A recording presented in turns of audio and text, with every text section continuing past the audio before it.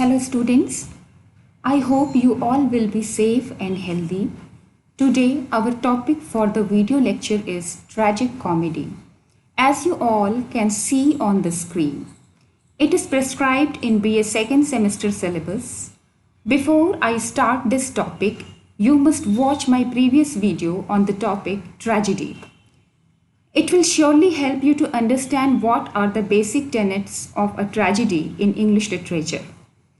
As far as the general understanding of the tragedy and comedy as the distinct forms of drama are concerned, we believe that an unfortunate, sorrowful end of a story is described as a tragedy. While on the other hand, a drama consisting fun, entertainment, happy ending is described as the comedy. Now the question is, what is tragic comedy?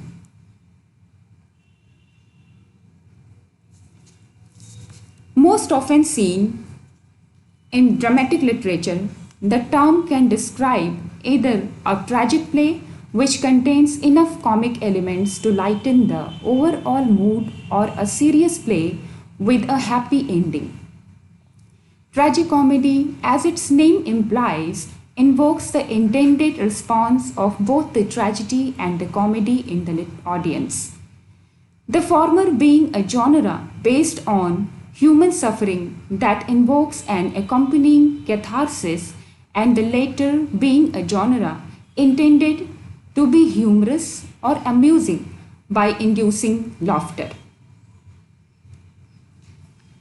Let's talk about the origin and history. The first reflection of tragic comedy could be found in Plautus's Amphitryo, which he called Tragico-Commedia. The English form arose in the reign of James I under Italian and Spanish influences, the one being responsible for the pastoral element and the other for the romantic intrigue, both of which are characteristic of English tragic comedy. It was the dramatic counterpart of the prose romance, so popular in England and other European countries at the time. Beaumont and Fletcher's A King and No King finally established it on English stage, and Shakespeare handled the form magnificently towards the end of his career.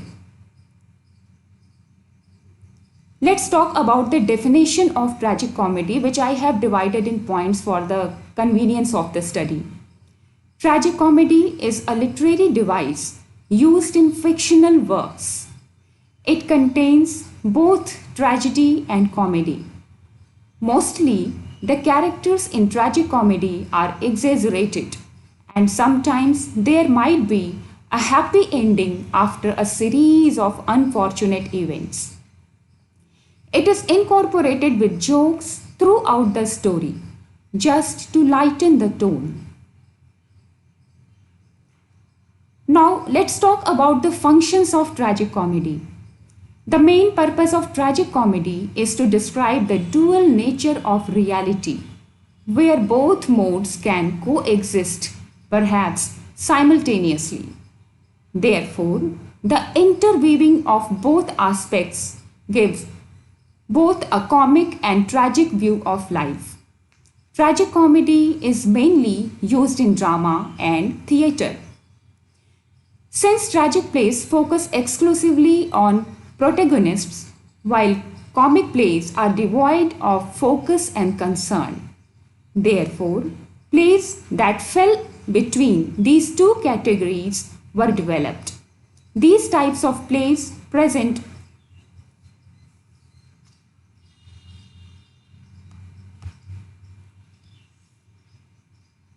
both modes of life through absurdity and seriousness.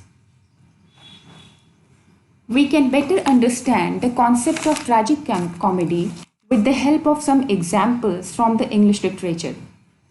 The Merchant of Venice by William Shakespeare is considered one of the most popular traditional tragic comedy examples. Though it has a comic structure, there are tragic characters such as Shylock and tragic events such as Antonio's loss of life are there. Secondly, although the play aims on a happy note with the union of the lovers in the story, and Antonio is saved from the tragic incident, readers are left with a taste of Shylock's suffering. Hence, the feeling and mood of the play at the end is neither happy nor gloomy. Though this play definitely has a comic structure, it also has a strong tragic story. Therefore, it can be classified as a tragic comedy. The Cherry Orchard by Anton Chekhov. Anton Chekhov's play The Cherry Orchard turned out to be his final play that has a combination of comedy and tragedy. It is the story of an elite family that is on the verge of losing its inherited estate. As this play is based on an inevitable social change which came with the dawn of the 20th century, it presents the end of an aristocratic era blended with tragic and comic elements. The comic elements can be seen in the behavior, humorous aspects, and lack of responsibility of the characters. The third example of tragic comedy that I would like to talk of here is Waiting for Godot by Samuel Beckett. Beckett's Waiting for Godot can also be considered one of the great examples of tragic comedy. There are many gestures, dialogues, actions, and situations that are filled with pure comedy. All types of musical devices have been used to create laughter. The overall atmosphere is that of a dark comedy. For example, Vladimir is determined not to listen to Estragon's nightmare. However, the latter keeps pleading with him to listen. Similarly, Estragon takes off Samuel and puts on his shoes several times while Vladimir plays with his hat again and again. On the other hand, comedy turns into a tragedy due to the helplessness of these tramps. Vladimir and Estragon wait for somebody who does not come, which makes them disappointed. During the course of time, they indulge themselves in meaningless activities. The Winter's Tale by William Shakespeare is another example of tragic comedy. Shakespearean tragic comedies have complex and dubious plots. One of his perfect tragic comedies is The Winter's Tale. The first three acts are both tragic and serious, while the final two acts are based on pastoral romance, rugby, songs, humor, and reunion. A sheep-shearing celebration with the elegant innocence Perdita serving as a hostess, dancing and singing with shepherds is suggestive of rural life in England. The blend of suffering, sorrows, humor, romance, forgiveness, and reunion in the play confirms its label as a tragic comedy. There are different aspects of the tragic comedy in the play that include tragic elements, comic elements, romantic elements, and happy ending. The Caretaker by Harold Pinter. The Caretaker, written by Harold Pinter, is mixed with two moods, tragedy and comedy, and is a fine modern example of tragic comedy.